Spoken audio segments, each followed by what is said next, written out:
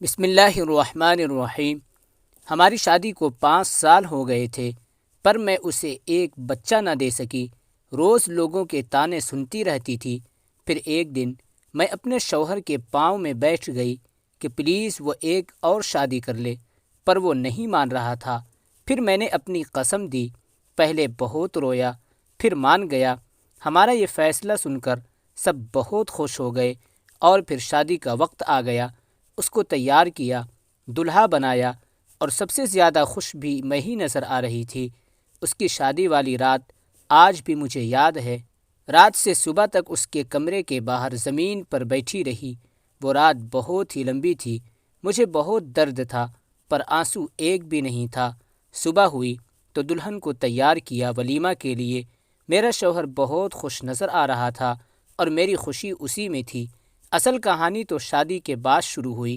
اس نے پورا 1 مہینہ مجھ سے بات نہیں کی، اور یہی چیز مجھے اندر سے کھا گئی، اور میں بیمار رہنے لگی۔ میرے سسرال والوں نے ان سے بول کر مجھے امی کے گھر بھیج دیا۔ 1 سال تک خبر ہی نہ لی میں کس حال میں ہوں، زندہ ہوں یا مر گئی ہوں۔ وہ 1 سال قیامت کی طرح گزرا۔ ایک ایک دن میرے لیے قیامت سے کم نہیں تھا۔ 1 سال بعد اللہ تعالیٰ نے ان کو ایک بیٹی اور بیٹے سے نوازا، تو ان کو ایک نوکرانی کی ضرورت پڑ گئی، اور وہ مجھے لینے آ گئے۔ والدین کے منع کرنے کے باوجود میں ان کے ساتھ جانے کے لیے تیار ہو گئی۔ سارا دن مجھ سے نوکرانیوں کی طرح کام لیتے، لیکن میں اس میں بھی خوش تھی۔ بے شک وہ مجھے دیکھتے نہیں تھے، مجھ سے بات نہیں کرتے تھے، لیکن میری آنکھوں کے سامنے تو تھے نا۔ سارا دن کام کرتی اور ساری رات اسٹور نما کمرے میں جاگ کر گزار دیتی۔ دن گزرتے رہے اور مجھے اس چیز کی عادت بھی ہو گئی تھی۔ میرے ساتھ جو کچھ بھی ہوا تھا میں سب بھول چکی تھی۔ میری آزمائش تو گزر چکی تھی، میں اپنی آزمائش پر پوری اتری تھی۔ ایک دن وہ اپنے بیوی بچوں کے ساتھ شہر سے باہر گیا ہوا تھا، اور اس کی کار کا ایکسیڈنٹ ہو گیا، جس میں وہ خود تو بچ گیا، لیکن اس کے بیوی بچے اللہ کو پیارے ہو گئے۔ اپنے بیوی بچوں کی موت کے بعد وہ حد سے زیادہ پریشان رہنے لگا تھا، اور اسی طرح 4 مہینے گزر گئے۔ جب اس کا غم تھوڑا کم ہوا، حالت تھوڑی ٹھیک ہوئی، تو اس نے میرے نزدیک آنا شروع کر دیا۔ لیکن پتہ نہیں کیوں مجھے اس کا نزدیک آنا عجیب سا لگا۔ پتہ نہیں کیوں مجھے اس کا پاس آنا اچھا نہیں لگ رہا تھا، پر میں کر بھی کیا سکتی تھی؟ مجبور تھی، اپنے پاس آنے سے منع بھی نہیں کر سکتی تھی۔ مرد آخر مرد ہوتا ہے، وہ اپنے آپ کو ایڈجسٹ کر لیتا ہے۔ لیکن مجھے اپنی جگہ پر آنے کے لیے ٹائم لگا۔ ہم دوبارہ ویسے ہی ہو گئے جیسے پہلے تھے۔ وقت گزرتا رہا۔ اب میں نے دوبارہ اپنے آپ پر توجہ دینا شروع کر دی تھی۔ ہر وقت بن سنور کر رہتی، اور اسی طرح وقت گزرتا رہا۔ میں نے پرانی ساری باتیں بھلا دی تھی، یہاں تک کہ میں نے کوئی گلہ شکوہ نہیں کیا۔ میرے ساتھ جو کچھ بھی ہوا تھا میں سب کچھ بھول چکی تھی۔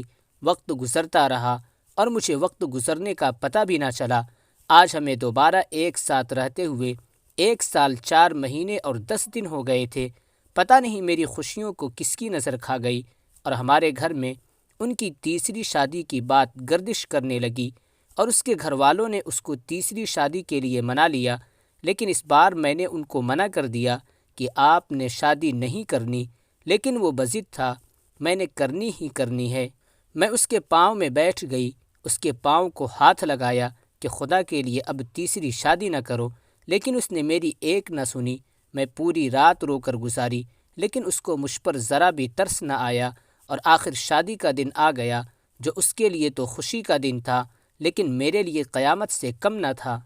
اسی دن میرے امی ابو مجھے لینے کے لیے آ گئے، لیکن میں جانے کے لیے راضی نہیں تھی۔ اس نے آج حد کر دی تھی، میرے ماں باپ کو بے عزت کیا، برا بھلا کہا۔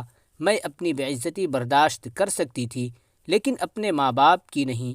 اس نے تو یہاں تک کہہ دیا کہ اپنی بیٹی کو جاتے ہوئے ساتھ لے جانا، اور میں روتے ہوئے اپنی ماں باپ کے ساتھ میکے آ گئی۔ ابھی مجھے اپنے میکے آئے ہوئے 3 دن گزرے تھے کہ طبیعت خراب ہو گئی۔ امی کے ساتھ ہسپتال گئی تو وہاں جا کر پتہ چلا کہ میں ماں بننے والی ہوں۔ میں اتنی خوش تھی کہ میری خوشی کی کوئی انتہا نہیں تھی۔ جب سے مجھے پتہ چلا تھا کہ میں ماں بننے والی ہوں، میں بہت زیادہ خوش تھی۔ میرے ساتھ اس نے جو کچھ بھی کیا تھا میں سب کچھ بھول چکی تھی، لیکن میں اس کے پاس نہیں جانا چاہتی تھی۔ میں نے فیصلہ کر لیا تھا کہ میں اپنی زندگی اپنے سہارے جیوں گی، اور یہ بات جب میں نے اپنے ماں باپ سے کی تو میرے بابا نے بولا، آپ کی زندگی آپ جیسے مرضی جیو، ہمیں کوئی اعتراض نہیں ہے۔ یہاں سے میں نے اپنی نئی زندگی کا آغاز کیا۔ میں نے باپ اور بھائیوں سے مشورہ کر کے نوکری کرنی چاہی تو میرے بھائیوں نے بولا، ہم مر گئے ہیں کیا؟ آخر کار وہ میری ضد کے سامنے ہار گئے اور انہوں نے اجازت دے دی میں نوکری کر لوں، بلکہ میرے ساتھ کوشش کر کے مجھے ایک سرکاری اسکول میں ٹیچر لگوا دیا جو میرے گھر سے 5 منٹ کی مسافت پر تھا۔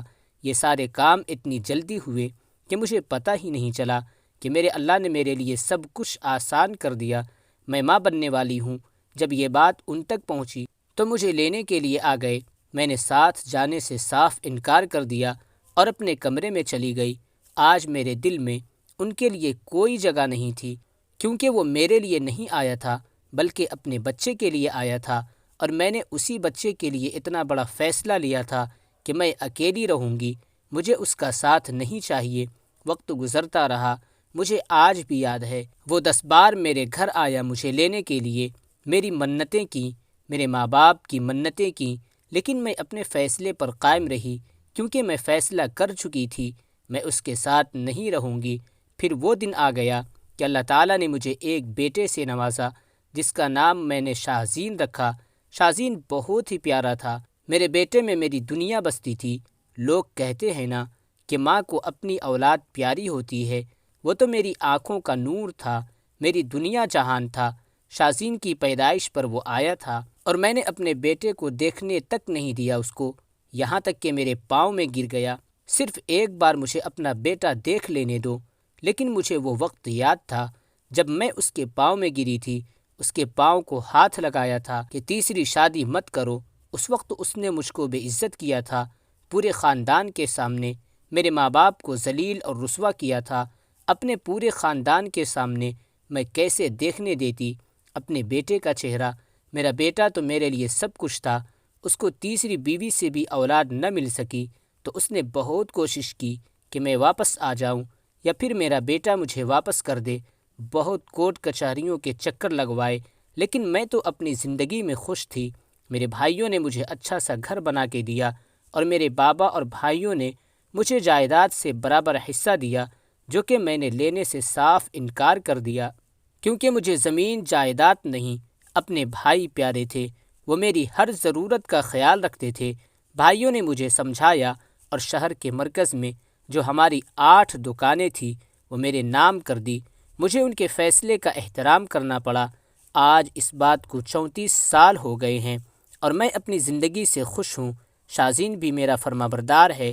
اللہ تعالیٰ کا دیا ہوا سب کچھ ہے، کسی چیز کی کمی نہیں ہے، لیکن میں کبھی کبھی سوچتی ہوں کہ اگر میں اس کے ساتھ چلی جاتی تو پتہ نہیں میری زندگی کیسی ہوتی، کیا پتہ میں اتنی خوش رہ پاتی یا نہیں۔